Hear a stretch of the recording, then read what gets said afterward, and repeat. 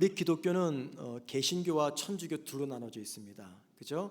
우린 개신교고요. 또 천주교는 캐톨릭이라고 말하죠. 그런데 개신교이든 천주교이든 성도가 성도의 신분에 합당하지 않게 행동하거나 큰 죄를 짓게 되면, 특별히 예배당 안에서 큰 죄를 짓게 되면 내리는 벌이 있습니다. 그거를 시벌 혹은 책벌 이렇게 말해요. 그런데 벌의 종류가 하나가 아니라 여러 개가 있어요. 여러 개가 있는데 개신교와 천주교가 공통적으로 내리는 똑같은 벌이 하나 있습니다. 그게 바로 수찬정지입니다. 수찬정지는 성찬식을 참석하지 못하게 하는 것입니다. 성찬식에 참여하지 못하는 것의 의미는 개신교와 천주교는 다릅니다. 우리 개신교는요, 우리 교회는 성찬식에 참여하지 못하는 것은 어떤 의미냐면은 그 기간 동안에 우리 주님과의 교제의 단절을 시키는 겁니다. 관계의 단절이 아니라 교제의 단절입니다. 하지만 천주교는요, 성찬식에서 제외된다는 것은 구원이 취소가 된다는 거예요. 이건 교제의 단절이 아니라 주님과의 관계의 단절입니다. 자, 개신교와 천주교의 이 차이점을 신학적으로 설명하는 것이 오늘 설교의 목적이 아닙니다. 중요한 건 뭐냐면 개신교이든 천주교이든 수찬 정지가 시벌 또는 책벌 중에 하나로 들어갈 정도로 성찬식은 성도들에게 대단히 중요한 신앙적 예식이라는 것입니다. 우리 개신교는요, 하나님께서 성도들에게 은혜를 주시는데 은혜의 통로, 은혜의 방편이 있다라고 믿어요. 대표적으로는 그게 말씀과 성찬식입니다. 또는 거기다가 기도까지 포함을 시키죠. 2개 혹은 3개입니다. 말씀, 기도, 성찬식입니다. 그런데 여러분, 하나님 말씀을 우리가 어떤 마음과 자세로 듣느냐에 따라서 그 말씀이 나에게 은혜가 되기도 하고 은혜가 되지 않는 것처럼 오늘 성찬식도 우리가 어떤 마음으로 임하느냐에 따라서 성찬식을 통해서 은혜를 받을 수도 있고 받지 못할 수도 있다, 그 말입니다. 자, 그러면 여러분, 우리가 어떤 마음 자세로 이 성찬식에 임해야 되겠습니까? 성찬식에 임하는 우리의 자세를 좀 교육적으로 제가 말씀을 전해보도록 하겠습니다. 먼저 중요한 것은요, 교회가 왜 이 성찬식을 하느냐라는 겁니다. 왜 하는 것일까요? 단 하나의 이유 때문입니다. 오늘 보면 19절 말씀 이렇게 말합니다. 너희가 이를 행하여 나를 기념하라. 이것을 행하여, 이게 바로 성찬식입니다. 성찬식을 행함으로 나를 기념하래요. 이 말씀을 누가 하신 겁니까? 우리 주님이 하신 말씀입니다. 베드로가 하지 않고 바울이 하지 않고 주님이 직접 말씀하셨습니다. 그래서 교회와 성도가 왜 성찬식을 행하느냐? 다른 이유 없습니다. 그게 우리가 믿는 주님의 명령이기 때문입니다. 그렇다면 성찬식이란 무엇일까요? 19절 말씀 다시 보십니다. 이것은 너희를 위하여 주는 내 몸이라 라고 말합니다. 떡을 주시면서 주님 말씀하시기를 이거는 내 몸이다 라고 말해요. 20절 말씀 보십니다. 이 잔은 내 피로 세우는 새 언약이니, 제자들에게 포도주를 주시면서 뭐라고 말합니까? 이 포도주는 내 피를 의미한다 라고 말해요. 바로 이것이 성찬식의 의미입니다. 그러니까는 성찬식이란 십자가에서 찢기신 주님의 몸은 나를 위해 찢기신 주님의 몸이고, 십자가에서 흘린 주님의 피는 나를 위해서 흘리신 피임을 고백하면서 그것을 기념하는 예식, 이게 바로 성찬식입니다. 그래서 우리는 떡을 먹으면서 나를 위해서 찢기신 주님의 몸을 기억하고, 포도주를 마시면서 나를 위해서 흘리신 주님의 피를 기억하는 것입니다. 이게 바로 성찬식입니다. 이렇게 성찬식이란 무엇인가를 정리하면은요, 이 성찬식에는 크게 4가지의 의미가 담겨져 있습니다. 그 4가지 의미를 잘 들어보십시오. 첫째는요, 성찬식은 감사의 고백이 있는 예식입니다. 즉 감사를 고백하는 예식, 이게 바로 성찬식입니다. 무엇을 감사하는 고백 예식일까요? 나를 죄와 사망으로부터 구원하신 우리 주님의 사랑에 대한 감사의 고백입니다. 그렇기 때문에 성찬식을 참여할 때 하나님을 향한 감사의 고백이 내 마음속에서부터 나와야 됩니다. 감사의 고백을 잃어버린 이 성찬식은요, 의미를 상실해버린 형식적 참여에 불과합니다. 이 말은 무슨 말입니까? 감사의 고백이 빠진 그 성찬식은 나에게 아무런 은혜도 주지 못한다는 것입니다. 성찬의 의미 첫 번째, 감사를 고백하는 예식입니다. 두 번째, 성찬의 의미는요, 주님과의 신비한 연합을 이루는 예식입니다. 성찬식이란 주님과의 신비한 연합을 이루는 예식입니다. 성찬식에서 떡을 먹는 행위를 가리켜서 주님의 살을 먹는 것이라고 말합니다. 포도주를 마시는 행위를 주님의 피를 마시는 것이라고 이야기합니다. 자, 여러분, 주님의 살을 먹고 피를 마신다는 것, 이게 뭘 의미합니까? 내 속으로 누가 들어오는 거예요? 주님의 살이 들어오고 주님의 피가 들어오는 겁니다. 내 안으로. 그러니까는 주님이 들어오셔서 나와 하나가 되고 나와 연합을 하는 것, 이게 바로 성찬식의 의미입니다. 그래서 하나님의 아들이신 예수님의 살을 먹고 피를 마시는 우리를 가리켜 주님과 연합한 하나님의 자녀라고 이야기합니다.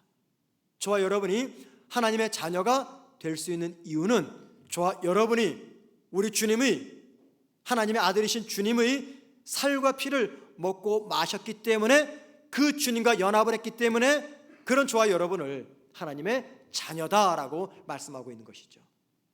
세 번째, 성찬식은요, 예수님의 죽음을 기억하는 예식입니다. 성찬식은 예수님의 죽음을 기억하는 예식이에요. 자, 다시 19절 말씀 보시겠습니다. 너희가 이를 행하여 나를 기념하라 말합니다. 여기 기념하라 이 말이 무슨 말이에요? 기억하라 그 말이에요. 이 말은 주님의 살과 피를 상징하는 떡과 포도주를 먹고 마시는 예식을 통해서 예수님의 이 대속적 죽음, 우리를 죄와 사망에서 건져주신 그 대속적 죽음을 기억하라 그 말입니다. 그런데 여러분, 예수님을 기억한다는 것은 그냥 한번 생각하고 마는 게 아닙니다. 2000년 전 십자가에 달려 돌아가신 그 예수님의 죽음의 의미 속으로 내가 들어간다는 것입니다. 그래서 2000년 전 주님의 죽음이 그것으로 끝나는 것이 아니라 현재의 내 삶에 직접적인 영향을 주는 것입니다. 이거 중요한 걸 알려줍니다. 저와 여러분이 오늘 성찬에 참여합니다. 성찬에 참여한다는 것은 예수님의 십자가 죽음을 기억하는 차원을 뛰어넘어서 하나님의 자녀답게 새롭게 결단하는 것입니다. 그것이 주님의 십자가 죽음을 기억하는 것이에요. 그러므로 오늘 성찬식을 참여하면서 그 주님의 십자가를 기억할 때 우리에게 결단이 있어야 됩니다. 주님, 내가 주님의 살을, 피를 먹고 마시는 하나님의 자녀로서 이제는 변하겠습니다. 이제는 달라지겠습니다. 이제 새롭게 태어나겠습니다. 믿음의 사람으로 살아가겠습니다. 이런 결단을 하셔야 됩니다. 마지막 네 번째, 성찬식은요, 이 예식에 참여하는 우리들이 하나 되는 이 공동체임을 알리는 예식입니다. 다시 말씀드립니다. 이 예식에 참여하는 우리 모두는 하나의 공동체임을 알리는 예식, 이게 성찬식입니다. 주님의 살과 피를 상징하는 떡과 잔을 먹고 마시는 우리의 행위는요, 우리들이 동일한 신앙 속에서 동일한 삶의 목표를 지향하고 있는 하나된 공동체라는 것을 의미합니다. 우리가 이런 말하죠. 세계의 모든 교회는 하나이다. 여러분, 세계의 모든 교회가 어떻게 하나가 됩니까? 대한민국에 있는 평택 죽백동에 있는 우리 성문교회와 저 미국에 있고 아프리카에 있는 그 교회가 어떻게 하나가 될 수 있습니까? 또 이런 말합니다. 이 땅에 존재하는 모든 그리스도인들은 한 형제요 한 자매다. 아니 어떻게 이것이 한 형제 한 자매가 됩니까? 그렇게 생각할 수 있는 이유는 무엇 때문일까요? 성도가, 교회를 구성하는 성도가 한 주님의 살을 먹고 피를 마셨기 때문입니다. 한 하나님을 아버지라고 믿기 때문입니다. 한 성령님의 인도를 받기 때문입니다. 그래서 전 세계 교회는 하나요, 전 세계 모든 그리스도인들은 한 형제요 자매라고 이야기합니다. 여러분, 우리가 왜 한 번도 만난 적도 없고 가본 적도 없는 그 먼 곳에 있는 그 교회를 우리가 돕는 겁니까?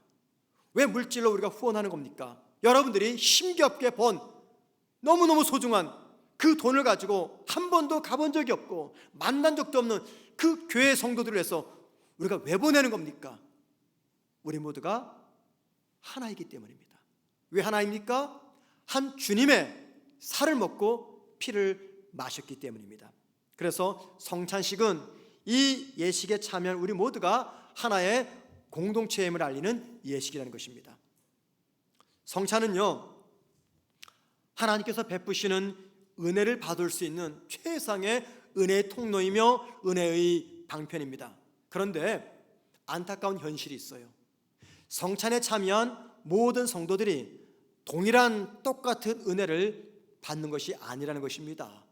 어떤 분들은 이 성찬을 통해서 말할 수 없는 큰 기쁨과 은혜를 받지만 어떤 성도들은 아무런 감동 없이 그냥 이 성찬식을 마칩니다.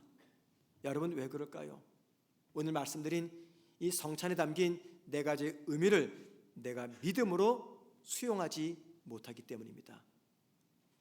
이 네 가지를 믿음으로 수용할 때 성찬의 의미가 더 풍성하게 나에게 다가옵니다.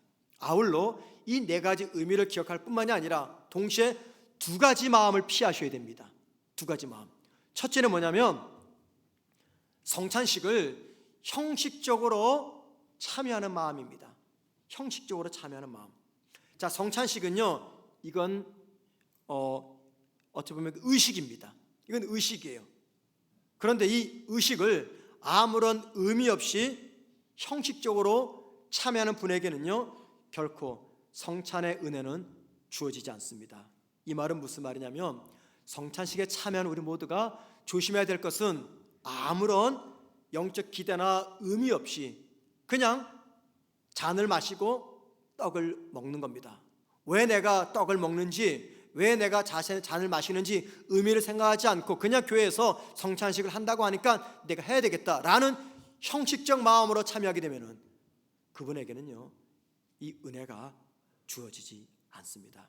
그래서 성찬식을 향하는 우리 모두가 피해야 될 가장 중요한 마음은 형식적으로 참여하는 마음입니다. 두 번째 마음을 피하셔야 됩니다. 그것은요, 타인을 업신여기고 무시하고 차별하고 편견을 갖는 마음입니다. 고린도전서 11장 27절 말씀 보면 바울은 고린도 교회 성도들에게 성찬식을 참여하라라고 하면서 성찬에 참여할 때 꼭 기억해야 될 한 가지를 당부합니다. 한번 여러분 보시겠습니다. 그러므로 누구든지 주의 떡이나 잔을 합당하지 않게 먹고 마시는 자는 주의 몸과 피에 대하여 죄를 짓는 것이니라. 무슨 말입니까? 성찬식 때 떡이나 잔을 합당하지 않게 먹고 마시면 우리는 그 주님의 살과 피에 대해서 죄를 짓는 것이다, 그 말입니다. 그러면 여러분, 어떻게 떡을 먹고 잔을 먹는 것이 합당하지 않게 먹고 마시는 것입니까? 바울은요, 고린도전서 11장 23절에서 고린도 교회 성도들에게 꼭 성찬식을 행하라고 권면했어요. 그런데 그 성찬식을 행하라 말하기 전에 고린도 교회 성도들의 문제점 한 가지를 지적하면서 책망합니다. 성찬식을 해라 말하기 전에, 바로 직전에 고린도 교회 문제점 하나 지적해요. 그 문제점이 뭐냐면 이겁니다. 고린도 교회 성도들은 주일마다 모였습니다. 지금처럼 예배당이 없기 때문에 가정집에서 모였겠죠. 혹은 큰 홀에서 모였겠죠. 모여서요, 예배를 드리고 예배 중에 성찬식을 매주일마다 했습니다. 그런데 예배를 드리기 전에 먼저 한 것이 있었어요. 그것은 함께 모여서 애찬식을 가졌습니다. 공동 식사를 했어요. 예배가 길어지니까 점심을 싸우는 거죠. 혹은 저녁을 싸우는 거죠. 그런데 고린도 교회 성도들 중에는 가난한 성도가 있었고 부자 성도가 있었습니다. 가난한 성도는 음식을 준비 못해요. 그랬더니 여유 있는 부자 성도들이 음식을 많이 장만해 와가지고 함께 나눠 먹은 다음에 예배드리고 성찬식을 했어요. 그런데 어느 정도 시간이 지났을 때 이 부자 그리스도인들이 이런 마음을 갖는 겁니다. 왜 우리가 우리 음식을 나눠 먹느냐, 그냥 우리끼리 먹자 해가지고요, 약속된 시간보다 조금 더 일찍 오는 겁니다. 부자 교인들이. 그래 놓고 자기들이 가지고 온 그 음식을 펼쳐놓고 배불리 다 먹고 싹 쳐버려요. 그럼 잠시 뒤에 가난한 성도들이 와 보면 음식이 없는 거예요. 그러면 가난한 교회 성도들은 배를 쫄쫄이 굶으면서 예배드리고 성찬식하고 허기진 가운데 예배당을 떠나고 말았습니다. 바울은 이 문제점을 지적합니다. 자, 고린도전서 11장 22절입니다. 부자들에게 대한 책망입니다. 너희가 먹고 마실 집이 없느냐? 너희가 하나님의 교회를 업신여기고 빈궁한 자들을 부끄럽게 하느냐? 내가 너에게 무슨 말을 하랴? 너희를 칭찬하랴? 이것으로 칭찬하지 않노라. 책망이죠. 너희들이 밥 먹을 곳이 없어서 여기 와서 먹느냐, 그 말입니다. 책망입니다. 그런데 바울은 이 말을 한 다음에 곧바로 성찬식의 이야기를 하면서 27절에서 성찬식을 행할 때 주님의 떡이나 잔에 합당하지 않게 먹고 마시지 말라. 여러분, 합당하지 않게 먹고 마시는 행위가 뭡니까? 가난한 성도들을 향한 부자 성도들이 무시, 이기주의, 교만, 차별, 비아냥, 냉대, 이런 것들을 이야기합니다. 자, 왜 이 행위들이 주님의 떡이나 잔을 합당하지 않게 하고 먹고 마시는 것입니까? 제가 이미 앞에서 말씀드렸죠.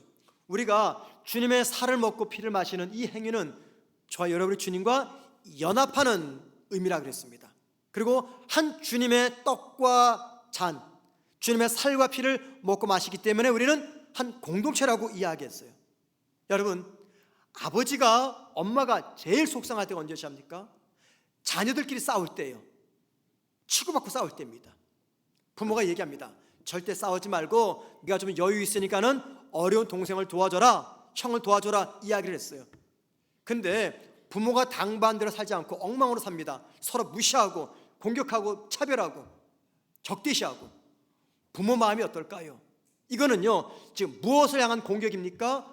부모가 간곡히 부탁한 부모의 말에 정면으로 도전하는 거예요. 성찬을 통해서 우리가 하나가 되었어요. 매 주일마다 성찬식을 거행하면서 우리는 한 형제요, 한 자매라고 고백을 합니다. 그런데 부자 교인들은 음식을 먹을 때는요, 차별해버리는 거죠. 너희는 너희고 우리는 의이고. 이기주의, 교만, 차별, 적대감, 비아냥, 무시, 이런 것들이 담겨져 있었어요. 이런 마음으로 성찬식을 대하는 것은 주님의 살과 피를 합당하게 먹고 마시는 것이 아니다라고 경고하고 있는 것입니다. 그렇기 때문에 성찬식을 행할 때 우리가 피해야 될 마음 자세가 뭐냐면 타인을 향한 혐오, 무시, 적대감, 비아냥, 이기주의, 교만, 이런 것들입니다. 이런 마음을 가지고 성찬식을 대할 때 어찌 이 은혜가 내게 주어지겠습니까? 특별히 함께 모였습니다. 한 주님의 살을 먹고 피를 마시는 한 형제 자매인데 서로가 이런 적대적 감정을 갖고 있다면 과연 그분에게는 이 성찬식이 어떤 의미가 될까요? 그래서 그런 분에게는 성찬식의 은혜가 주어지지 않는 것입니다. 성찬식은 말씀과 함께 우리에게 은혜 베푸시는 가장 탁월한 은혜의 통로입니다. 이 은혜를 받아 누리시려면 성찬에 담긴 네 가지 의미. 성찬은 감사의 고백을 표현하는 예식이다. 성찬은 우리 주님과 연합하는 예식이다. 성찬은 주님의 대속적 죽음을 기억하는 예식이다. 마지막 성찬은 이 예식에 동참하는 우리 모두가 하나 되는 공동체라는 예식이다. 이 의미를 가지고 두 가지 마음 피하셔야 됩니다. 형식적인 마음, 다른 사람을 향한 분노, 차별, 적대감, 비방, 이기주의적 마음, 이런 것들을 피하셔야 됩니다. 이런 성찬에 담긴 의미를 생각하시면서 오늘 성찬에 참여함으로 성찬을 통해서 베푸시는 하나님의 귀하고 놀라운 은혜를 우리 모두가 받아 누리기를 주님의 이름으로 축원을 드립니다. 이제 성찬식을 하도록 하겠습니다. 여러분, 우리 장로님들은 준비해 주시고요. 성찬의 의미 말씀드렸죠. 구원의 감사를 고백하는 예식이고 주님과의 신비한 연합을 이루는 예식이고 예수님의 죽음을 기억하는 예식이며 우리가 하나된 공동체임을 알리는 예식입니다. 여러분 꼭 기억하십시오. 성찬은요, 도덕적 완벽성을 확인하는 자리가 아니에요. 그러니까 내가 많이 부족한데, 내가 이런 죄를 졌는데 어떻게 하나. 여러분, 성찬의 자리는 나의 탁월한 도덕성의 완벽함을 자랑하는 자리가 아닙니다. 내가 부족함에도, 내가 죄를 지었음에도 불구하고 새 생명의 기회를 주신 하나님 앞에서 회개하는 마음으로 참여하는 것이 성찬입니다. 그런 마음으로 성찬에 참여하시기 바랍니다. 이제 우리 찬송가 228장 1절과 2절 부르면서 성찬을 시작합니다. 우리 장로님들 앞으로 나오시기 바랍니다.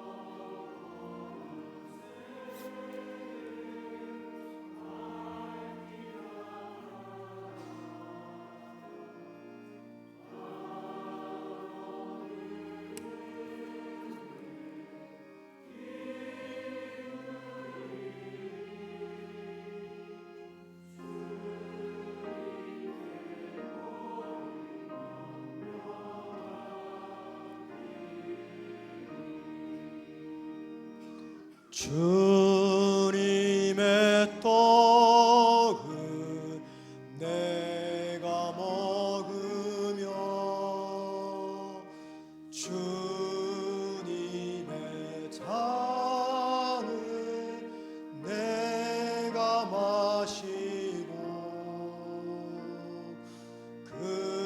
근심의 짐을 벗어버리니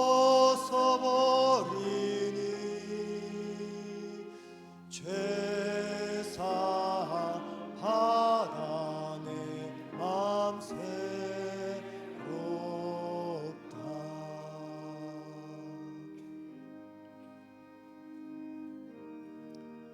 세례식에 성찬식에 참여하실 수 있는 분은 세례를 받거나 유아 세례 받고 입교하시